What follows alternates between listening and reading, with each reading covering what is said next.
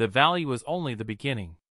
When the front stabilized after the battle, command believed the enemy would retreat and regroup. They were wrong.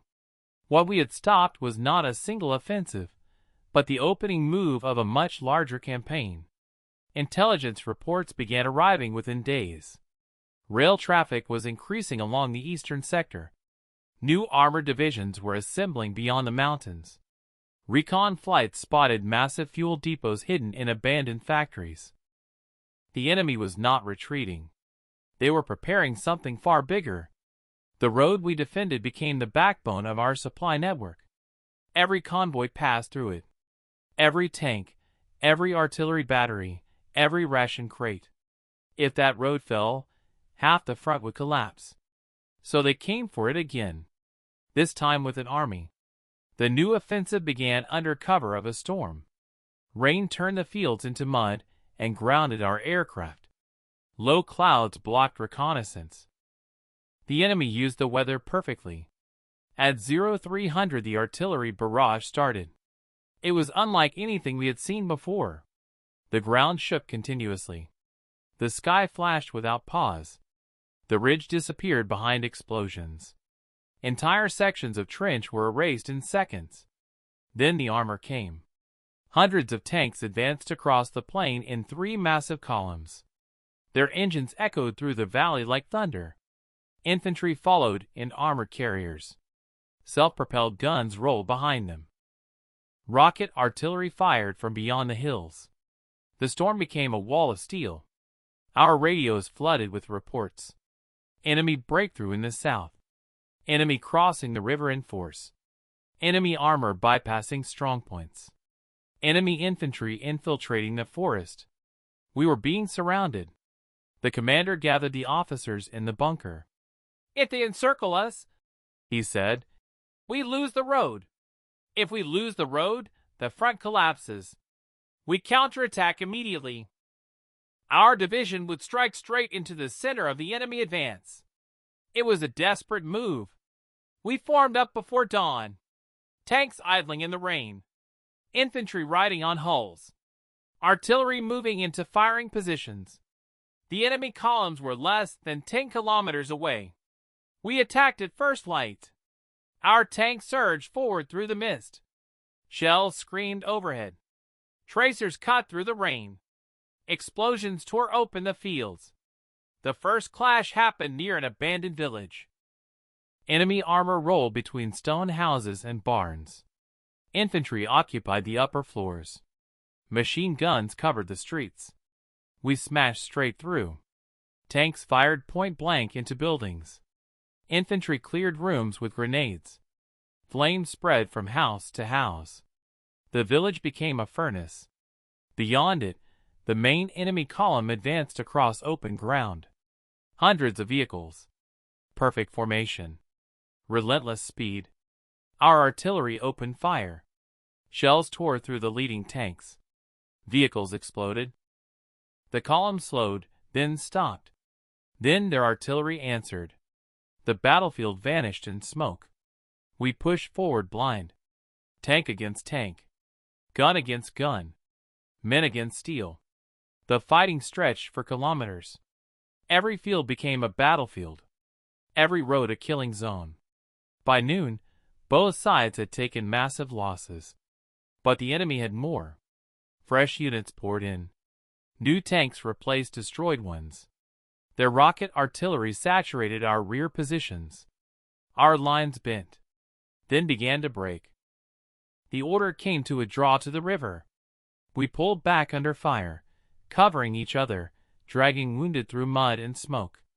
The enemy followed close behind, pressing every advantage. The bridge became the focal point. If they took it intact, they would pour across and cut us off. Engineers prepared demolition charges. Tanks formed a defensive line. Infantry dug into the riverbanks. The enemy attacked at dusk. They crossed in assault boats under smoke cover. Tanks fired from the far bank. Artillery flattened our trenches. The bridge shook under explosions. We held. Every meter was fought for. Bodies lay in the water. Burning vehicles drifted downstream. The river turned black with oil and smoke. At midnight, the commander gave the order. The bridge was destroyed. The explosion lit the valley. Concrete collapsed into the river. Steel twisted. The crossing vanished. The enemy was forced to halt. But they were not finished. They began building new crossings immediately. Pontoon bridges, ferries, makeshift rafts. They would cross no matter the cost. So we went on the offensive again. Under cover of darkness, our engineers crossed upstream and mined the banks. Our reconnaissance teams slipped behind enemy lines and marked their depots. Our artillery redeployed to hidden positions. At dawn, we struck their rear. Supply dumps burned. Fuel tanks exploded. Ammunition convoys vanished in fireballs. Their offensive slowed, then stalled, then collapsed. Without fuel, their tanks became bunkers. Without ammunition, their artillery fell silent. Without food, their infantry lost strength. Within a week, their massive army had turned into a scattered force fighting to survive. We advanced, village by village, hill by hill, bridge by bridge. The road was secured again, and this time permanently. Months later, when the campaign finally ended, we stood on a ridge overlooking the same valley where it had all begun. The road was rebuilt.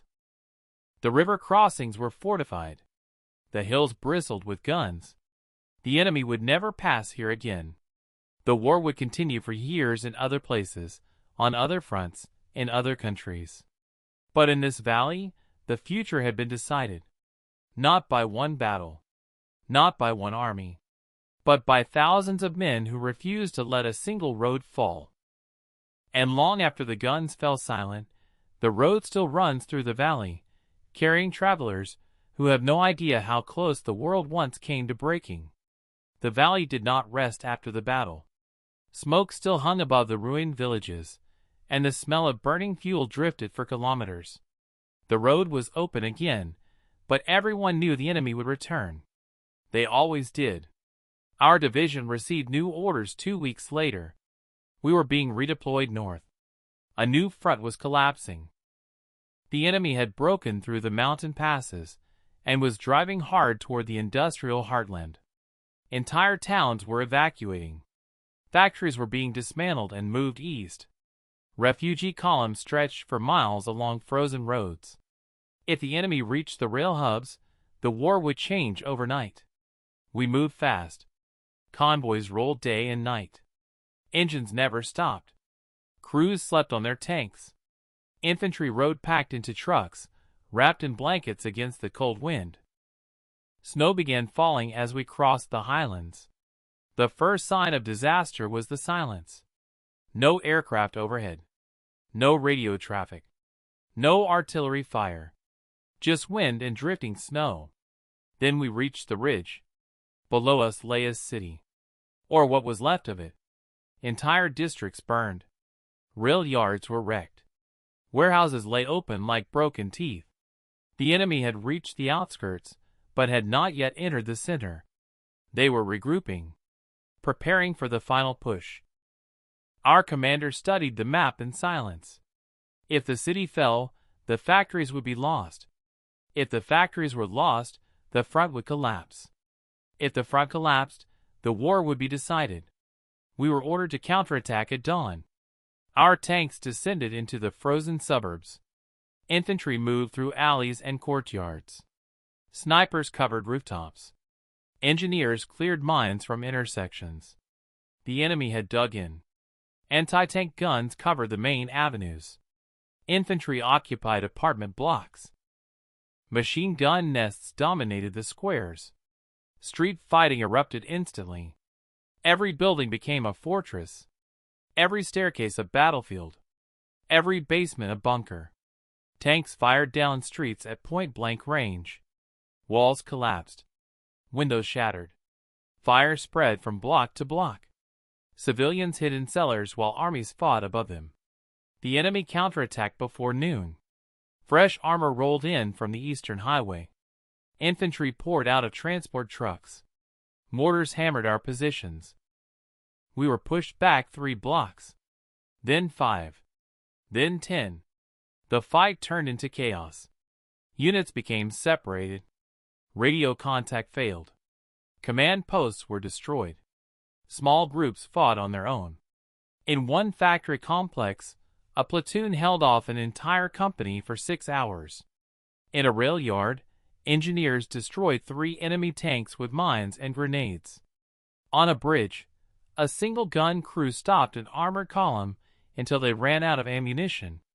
The city burned through the night. At dawn, snow fell on smoking ruins. The enemy had reached the central station. That station was the key. All rail lines passed through it. All supply trains passed through it.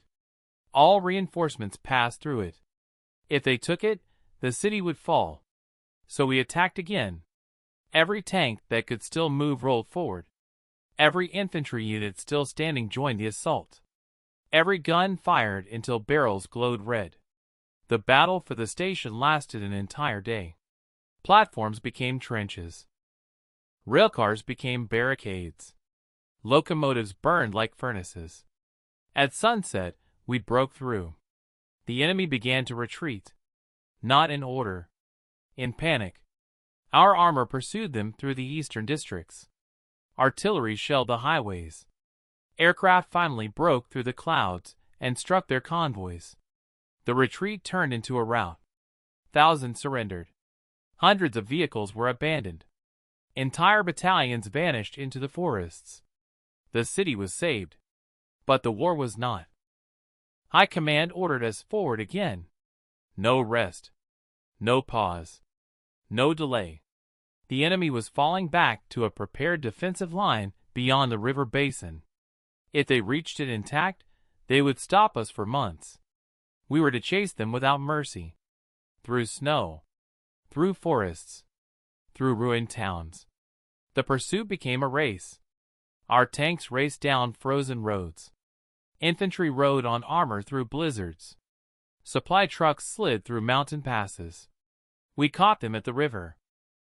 They were building fortifications, digging trenches, deploying artillery. We hit them before they were ready. The river froze under shellfire. The forests burned under bombardment. The hills echoed with engines and gunfire. It became a moving battle. Front lines shifted every hour. Positions changed hands twice a day. Villages were taken and retaken. The enemy fought desperately. They knew this was their last chance to stop us. But momentum was gone. Their fuel was low. Their ammunition was running out. Their men were exhausted. We kept coming. By spring, the river basin was ours. The enemy had withdrawn to their final defensive belt. Behind it lay their homeland. The war had crossed a line that could not be uncrossed. When we reached the ridge overlooking the basin, we stopped. For the first time in months. Below us stretched the fields where thousands had fought and died.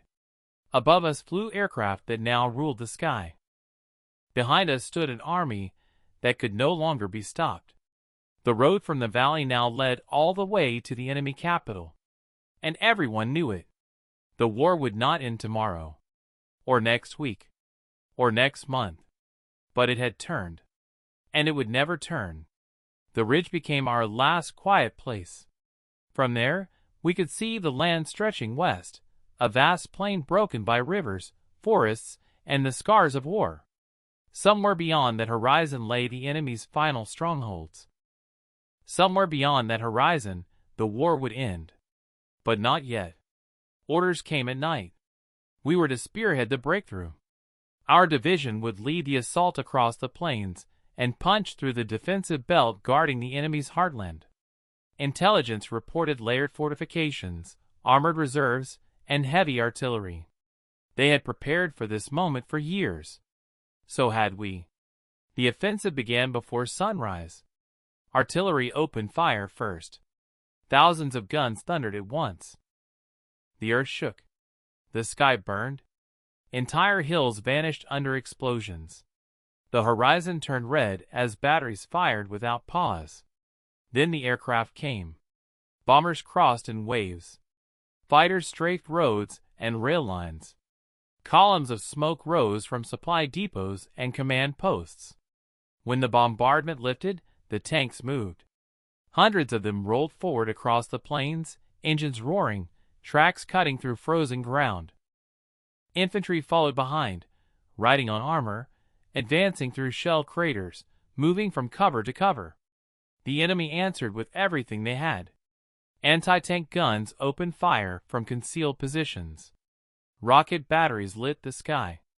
Artillery rained down on the advancing formations. The first tanks were hit within minutes. Some burned. Some exploded.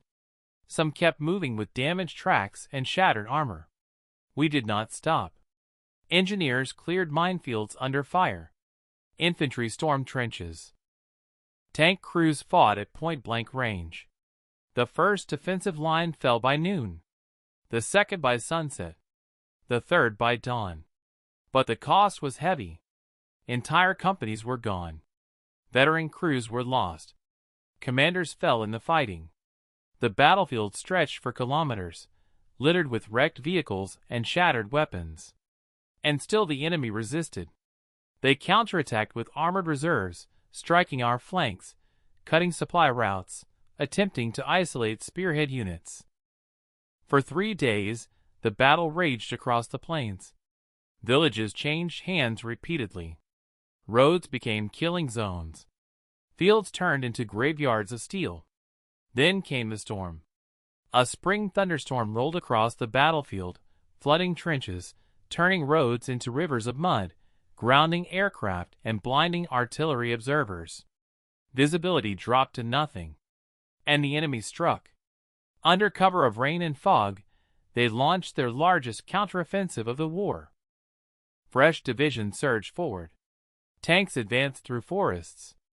Infantry poured out of concealed staging areas. Our forward units were nearly overrun. Radio contact failed. Resupply halted. Medical evacuation stopped. For a moment, it seemed the breakthrough would collapse. But the line held. Small groups fought surrounded. Tank crews fired until barrels melted. Infantry held crossroads with rifles and machine guns. In one sector, a single battalion delayed an entire armored brigade for 6 hours. In another, a platoon held a village against 3 assaults. The storm raged all night. At dawn, the rain stopped. The clouds broke. Aircraft returned. Artillery resumed. And the enemy's counterattack shattered. We pushed forward again. Across rivers. Through forests. Over hills and valleys. The defensive belt was broken. Beyond it lay open country. The war entered its final phase. The enemy began to retreat in earnest. Not in organized formations. Not in planned withdrawals. But in fragments. Columns broke apart. Units dissolved. Command structures collapsed. Our pursuit never slowed. We advanced day and night. Tanks raced down highways. Infantry rode captured trucks. Engineers rebuilt bridges as fast as we crossed them. Cities fell one by one. Some surrendered without a fight. Some resisted for days. Some turned into ruins. In every city, we saw the same signs. Abandoned headquarters. Burned records. Destroyed factories. The enemy was trying to erase itself. As we approached their homeland, resistance stiffened again. Fanatical units fought to the last. Civil defense forces were mobilized. Every river was defended. Every bridge was mined. The fighting grew desperate. Street battles erupted in ancient towns. Hilltop fortresses became strongholds. Industrial complexes turned into fortresses. But momentum could not be stopped. The army rolled forward like a tide. When we reached the border, no one celebrated. We had crossed too many lines. Seen too much. Lost too many. Ahead lay the enemy's capital. The city where the war had been planned. The city where it would end. The final campaign began in summer. The capital was ringed by defenses, concrete bunkers, anti-aircraft towers, underground tunnels. It was a fortress. The largest battle of the war began. Millions of soldiers, thousands of tanks, tens of thousands of guns. The city burned from the outskirts inward, district by district, street by street, building by building. The enemy fought with desperation. They flooded tunnels, collapsed bridges, set traps in every block. But they were outnumbered, outgunned, outmaneuvered. The ring closed. The last radio transmissions went silent. The last organized resistance collapsed. When our units reached the central district, the war was already over. Flags were raised. Guns fell silent. Fire smoldered in the ruins. The city that had begun the war had ended it. We stood in the streets, surrounded by rubble and silence. No cheers. No celebrations. Only exhaustion. The war that had consumed a generation was finished. The world would never be the same. And neither would we.